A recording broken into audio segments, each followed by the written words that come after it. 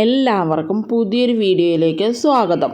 വളരെ എളുപ്പത്തിൽ കുറഞ്ഞ ചേരുവയിൽ ക്രിസ്പി ആയിട്ടുള്ള പലഹാരത്തിൻ്റെ റെസിപ്പിയാണ് ഇന്നത്തെ വീഡിയോ. പലഹാരം തയ്യാറാക്കുന്നത് എങ്ങനെയെന്ന് നോക്കാം.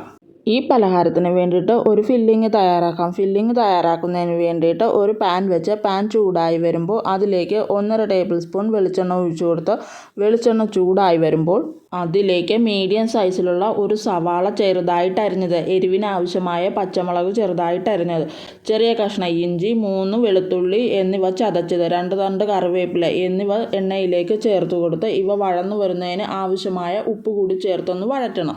വഴന്നു വന്നിട്ടുള്ള സവാളയിലേക്ക് പൊടികൾ ചേർത്ത് കൊടുക്കാം. 1/4 ടീസ്പൂൺ മഞ്ഞൾപ്പൊടി, 1/4 ടീസ്പൂൺ ഗരം മസാല, 1/2 ടീസ്പൂൺ മുളക് പൊടി എന്നിവ ചേർത്ത് പൊടികളുടെ പച്ചമണം മാറുന്നവരെ ഒന്ന് വഴറ്റണം.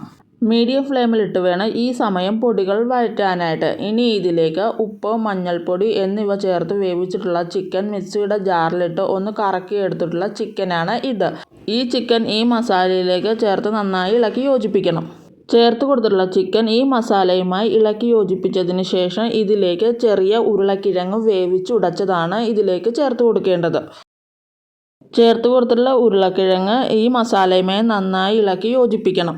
ഈ പലഹാരത്തിനുള്ള ഫില്ലിങ് തയ്യാറായിട്ടുണ്ട്. ഇനി ഇതിന് വേണ്ടുന്ന മാവ് തയ്യാറാക്കാം. ഒരു ബൗളിലേക്ക് 1 കപ്പ് മൈദയാണ് എടുത്തിട്ടുള്ളത്. ഇതിലേക്ക് 1/4 ടീസ്പൂൺ ഉപ്പ് ചേർത്ത് കൊടുത്ത് നന്നായി ഇളക്കി യോജിപ്പിക്കണം.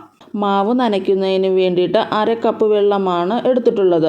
വെള്ളം കുറേശ്ശെയായി ഒഴിച്ചു കൊടുത്ത് മാവ് നനച്ചെടുക്കണം. ചപ്പാത്തി മാവിൻ്റെ പാകത്തിന് വേണം മാവ് കുഴച്ചെടുക്കാനായിട്ട്. മാവ് കുഴച്ചെടുക്കുന്ന സമയത്ത് കയ്യിൽ ഒട്ടിപ്പിടിക്കാതിരിക്കുന്നതിന് വേണ്ടിയിട്ട് 1/4 ടീസ്പൂൺ എണ്ണ ഒഴിച്ചു കൊടുത്ത് നല്ല സോഫ്റ്റ് ആകുന്ന വരെ ഒന്ന് കുഴച്ചെടുക്കണം. മാവ് തയ്യാറായിട്ടുണ്ട്. ഇതൊന്ന് പരത്തിയെടുക്കാം. വൃത്തിയാക്കിയിട്ടുള്ള കൗണ്ടർ ടോപ്പിലേക്ക് അല്പം മൈദ തൂളിക്കൊടുത്തതിന് ശേഷം ഒരു ഉരുള മാവ് വെച്ച് കൊടുത്ത് പരത്തിയെടുക്കണം. ആദ്യം കൈ കൊണ്ടൊന്ന് പ്രസ് ചെയ്ത് കൊടുത്തതിന് ശേഷം പിന്നെ ഒന്ന് ചപ്പാത്തി റോളർ കൊണ്ട് ഒന്ന് പരത്തിയെടുക്കണം. പരത്തിയെടുക്കുന്ന സമയത്ത് ഇതിൻ്റെ ഷേപ്പ് നോക്കേണ്ട ആവശ്യമില്ല, കാരണം ഇതിൻ്റെ സൈഡ് നമുക്ക് കട്ട് ചെയ്യാനുള്ളതാണ്. പരത്തിയെടുത്തുള്ള മാവ് 4 സൈഡും ഇതുപോലെ ഒന്ന് കട്ട് ചെയ്തെടുക്കണം. 4 വശവും മുറിച്ച് മാറ്റണം. എല്ലാ ഷീറ്റും ഒരേ ഷേപ്പിൽ വേണം മുറിച്ചെടുക്കാനായിട്ട്. ഈ ഷീറ്റ് 2ആയിട്ട് മുറിച്ചെടുക്കണം. ഈ ഒരു ഷീറ്റ് 2ആയി മുറിച്ച് മാറ്റിയതിന് ശേഷം ഒരു ഷീറ്റിൻ്റെ നടുഭാഗത്തേക്ക് നേരത്തെ തയ്യാറാക്കി വെച്ചിട്ടുള്ള ഫില്ലിങ് ഇതുപോലെ വെച്ച് കൊടുക്കണം. മസാല ഇതുപോലെ നീളത്തിൽ വേണം വെച്ച് കൊടുക്കാനായിട്ട്. അതിനുശേഷം ഒരു വശം ഈ ഷീറ്റൊന്നും മടക്കി കൊടുക്കണം. ഒരു വശം മടക്കി കൊടുത്തതിന് ശേഷം ബാക്കിയുള്ള വശവും ഇതുപോലെ ഒന്ന് മടക്കി കൊടുക്കണം. എത്താത്ത ഭാഗം ഒന്ന് ഇതുപോലെ ഒന്ന് വലിച്ചൊന്ന് ഒട്ടിച്ചാൽ മതി. ഇതുപോലെ തന്നെ മറ്റേ ഷീറ്റും തയ്യാറാക്കി എടുക്കാം.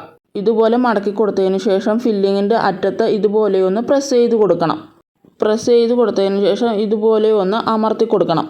ഇതുപോലെ തന്നെ ബാക്കിയുള്ളവയും തയ്യാറാക്കിയെടുക്കാം. ഒരു പാൻ വെച്ച് പാൻ ചൂടായി വരുമ്പോൾ അതിലേക്ക് ഈ ഒരു പലഹാരം ഇട്ട് കൊടുത്തൊന്ന് ഫ്രൈ ചെയ്തെടുക്കണം. ഫ്രൈ ചെയ്യുന്ന സമയത്ത് മീഡിയം ഫ്ലെയിമിൽ ഇട്ട് കൊടുത്ത് വേണം ഇതൊന്ന് ഫ്രൈ ചെയ്തെടുക്കാനായിട്ട്. നല്ല ഗോൾഡൻ കളറാവുന്ന വരെ ഇതൊന്ന് ഫ്രൈ ചെയ്തെടുക്കേണ്ടത്. ഒരു വശം ഫ്രൈ ആയി വന്നിട്ടുണ്ട്. മറിച്ചിട്ട് കൊടുത്തൊന്ന് മറുഭാഗവും ഫ്രൈ ആക്കി എടുക്കാം. പെട്ടെന്ന് തന്നെ ഇത് ഫ്രൈ ആയി കിട്ടുന്നതാണ്. ഫ്രൈ ആയി വന്നിട്ടുള്ളത് എണ്ണയിൽ നിന്നും കോരി മാറ്റാം. ഇതുപോലെ തന്നെ ബാക്കിയുള്ളവയും ഫ്രൈ ചെയ്തെടുക്കാം. ഈ വീഡിയോ ഇഷ്ടമായെന്ന് വിചാരിക്കുന്നു. അടുത്തൊരു വീഡിയോയുമായി വീണ്ടും കാണാം.